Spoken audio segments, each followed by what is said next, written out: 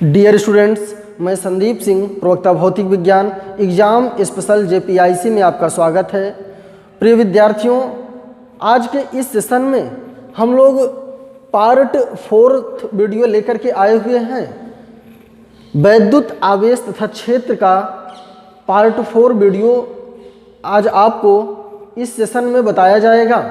इसके पहले 3 video upload किए जा चुके हैं। ऐसे वे विद्यार्थी जो उस वीडियो को नहीं देखे हैं, आप उस पार्ट 1, पार्ट 2, पार्ट 3 वीडियो को देख लें। आपका कॉन्सेप्ट क्लियर हो जाएगा और महत्वपूर्ण प्रश्नों की ही व्याख्या की जा रही है।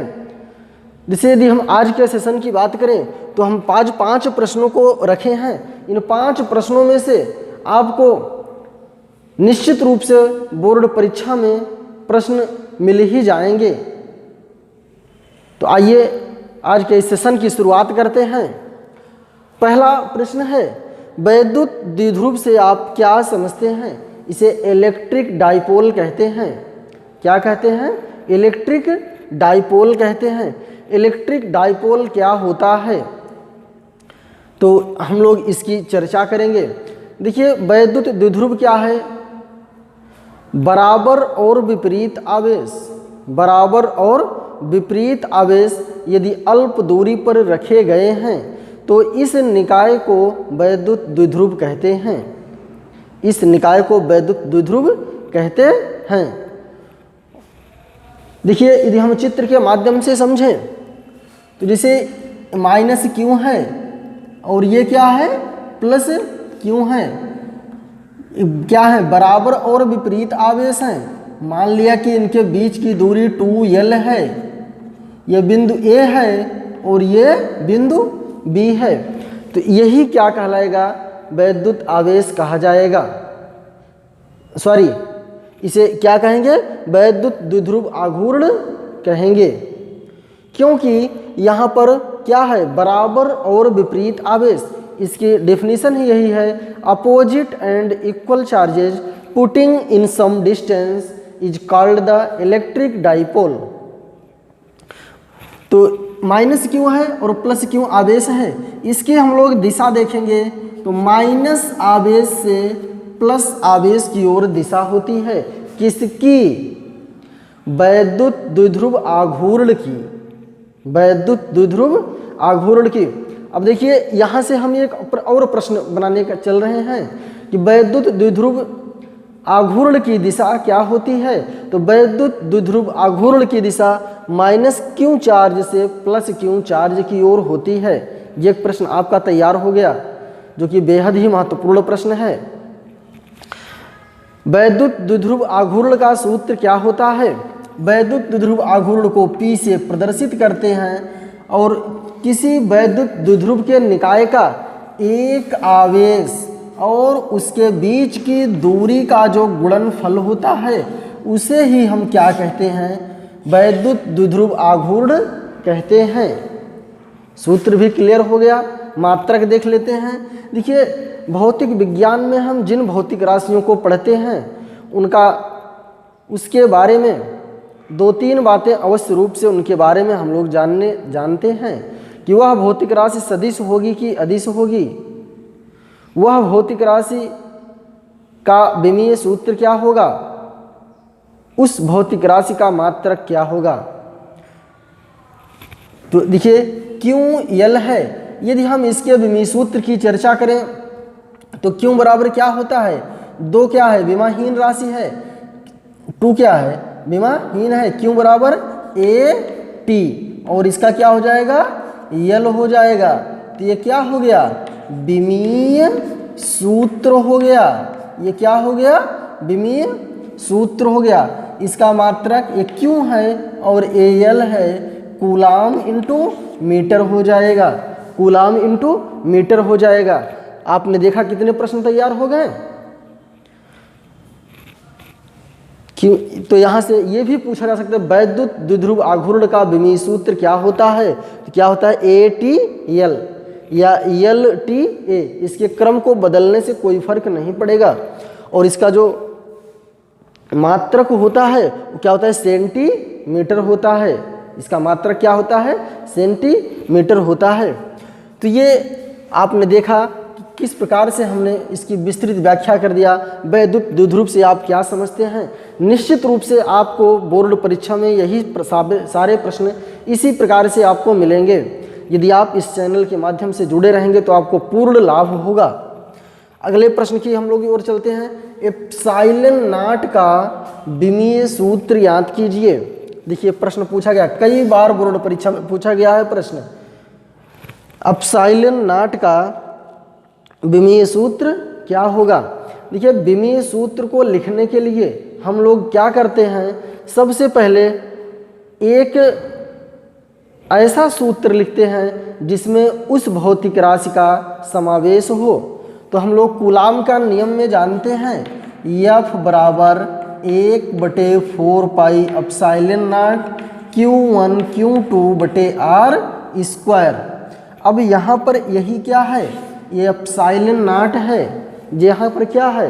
एप्सिलॉन नॉट है। अब इसको क्या कर देंगे? एक पक्ष में ला देंगे तो यहाँ क्या हो जाएगा? 4 पाई F Q1 Q2 बटे R स्क्वायर। स्पष्ट हुई बातें यहाँ तक? बिल्कुल। अब देखिए 1/4 पाई क्या है? यह तो विमाहीन राशि है और Q का क्या होता है? AT, और यहाँ भी AT हो जाएगा तो इसकी पावर 2 हो जाएगी। F का MLT की पावर -2 होगा और इसका L की पावर 2 हो जाएगा। L की पावर, अब M को ऊपर ले जाएंगे तो M की पावर -1 हो जाएगा। यहाँ पर L की पावर 3 है, अब L ऊपर जाएगा तो -3 हो जाएगा।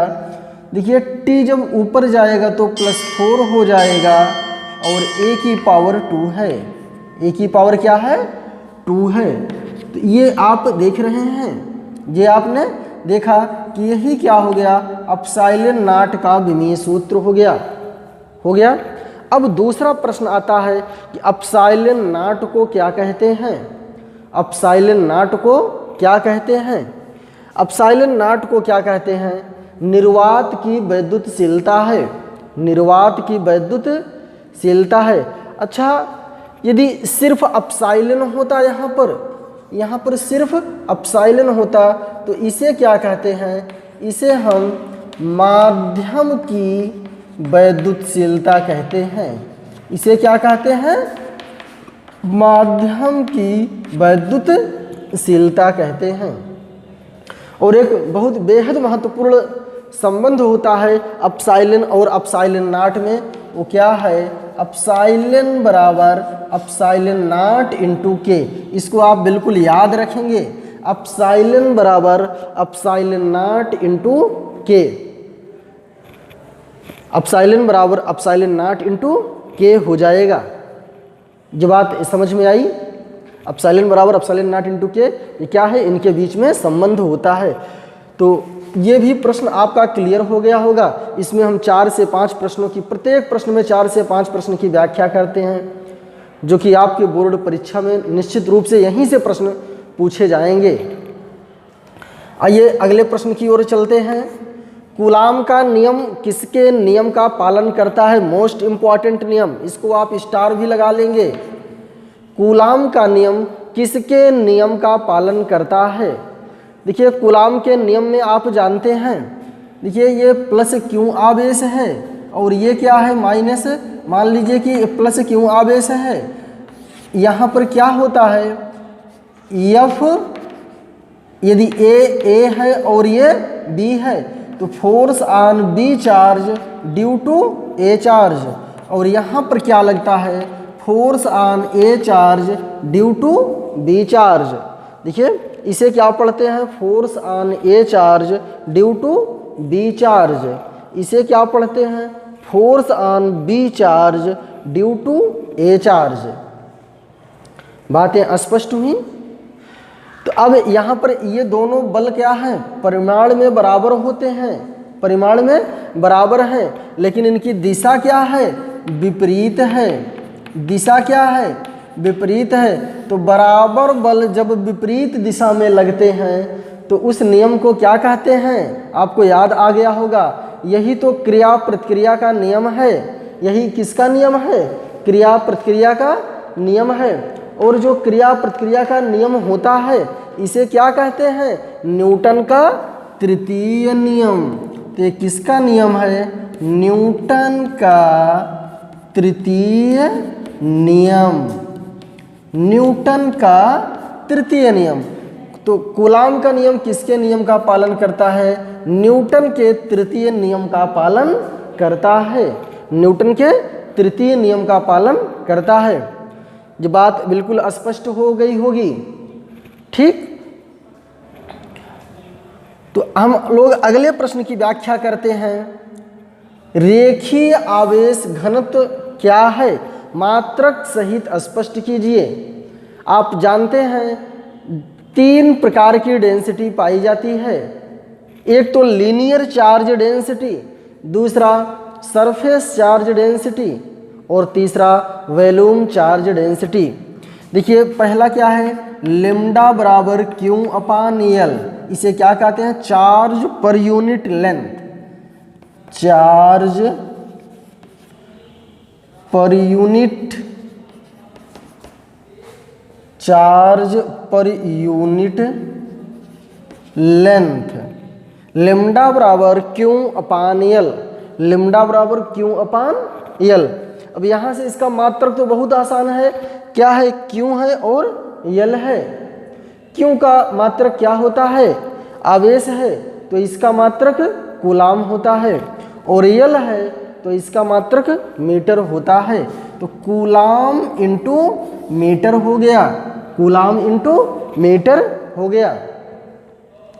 यदि इसका हम विमीय सूत्र याद करें तब आप देखिए हम क्यू का विमीय सूत्र लिख देंगे और किसका लिख देंगे, एल का लिख देंगे।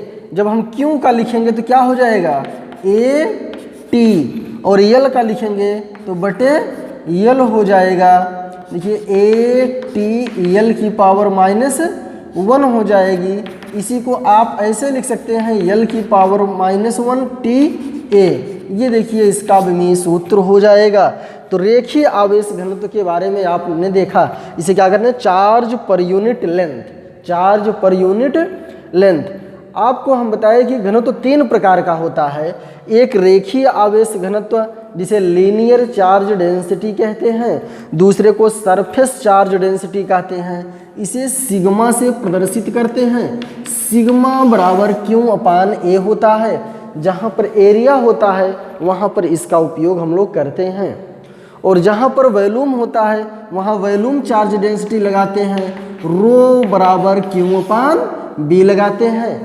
ये आपने देखा, बिल्कुल एकदम आपको फिजिक्स बिल्कुल आसान हो जाएगी। देखिए क्वांटीकरण के सिद्धांत से आप क्या समझते हैं, अगले प्रश्न की ओर चलते हैं। क्वांटीकरण के सिद्धांत से आप क्या समझते हैं। देखिए क्वांटाइजेशन थियरी कहते हैं इसे क्या कहते हैं, क्वांटाइजेशन थियरी के नाम से जानते हैं। क्वांटीकरण के सिद्धांत में बताया गया कि कोई भी आवेश पूर्ण संख्या के रूप में ही पाया जाता है। कोई भी आवेश सदैव पूर्ण संख्या के रूप में ही पाया जाता है। वह कभी भी भिन्न के रूप में प्राप्त नहीं किया जा सकता है। इसी को हम क्वांटीकरण का सिद्धांत कहते हैं या क्वांटाइजेशन थियरी कहते हैं। इसको क्या कहते हैं, Q बराबर plus minus n e. Q बराबर प्लस माइनस एन ई, जहाँ एन बराबर सदैव पूर्ण संख्या होती है। होल नंबर 1 2 3 4 इस प्रकार से रहेगा। एन का मान कभी भी भिन्नात्मक नहीं हो सकता है। एन का मान कभी भी भिन्नात्मक नहीं हो सकता है। क्वांटीकरण के सिद्धांत के अनुसार बताया गया कि आवेश सदैव पूर्ण संख्या के रूप में रहेगी। प्रिय विद्यार्थियों, लेकिन गैलमैन एक वैज्ञानिक थे जिन्होंने क्वार्क मॉडल दिया था। क्या दिया था, क्वार्क मॉडल। क्वार्क मॉडल में उन्होंने ये बताने का प्रयास किया कि आवेश को भिन्न के रूप में प्राप्त किया जा सकता है।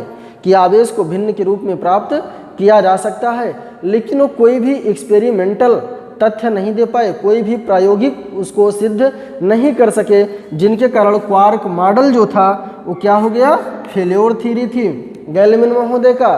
तो इसलिए जो क्वांटीकरण का सिद्धांत था ये बिल्कुल ये प्रायोगिक दृष्टिकोण से स्पष्ट हुआ कि जो आवेश होगा उस वो पूर्ण संख्या के रूप में होता है, क्यों बराबर प्लस माइनस एन ई, जहाँ पर एन क्या है, नंबर ऑफ इलेक्ट्रॉन है, नंबर ऑफ इलेक्ट्रॉन है, इलेक्ट्रॉनों की संख्या है। एन क्या है, नंबर ऑफ इलेक्ट्रॉन है, इलेक्ट्रॉनों की संख्या है। ई क्या है, इलेक्ट्रॉन पर आवेश है, ई क्या है, इलेक्ट्रॉन पर आवेश है, जिसका मान हमेशा 1.6 × 10⁻⁻19 कूलाम होता है। आप जानते हैं इलेक्ट्रॉन की प्रकृति ऋणात्मक होती है, प्रोटॉन की प्रकृति धनात्मक होती है, जानते हैं ना। और अल्फा कण पर +2e होता है, अल्फा कण पर क्या होता है, +2e होता है। यदि आप लोग इस वीडियो को पूरी सक्रियता के साथ देखे हैं तो ये एक प्रश्न का उत्तर आप नीचे कमेंट बॉक्स में आप कमेंट करेंगे, वैद्युत द्विध्रुव आघूर्ण का मात्रक क्या होता है, वैद्युत द्विध्रुव आघूर्ण का मात्रक क्या होता है। यदि आप जानते हैं तो उसको नीचे कमेंट बॉक्स में लिख देंगे, और लिखी हुई चीज़ें कभी भूलती नहीं है, यदि आप लिख देंगे तो फिर आप उसको जल्दी भूलेंगे भी नहीं। Thank you so much.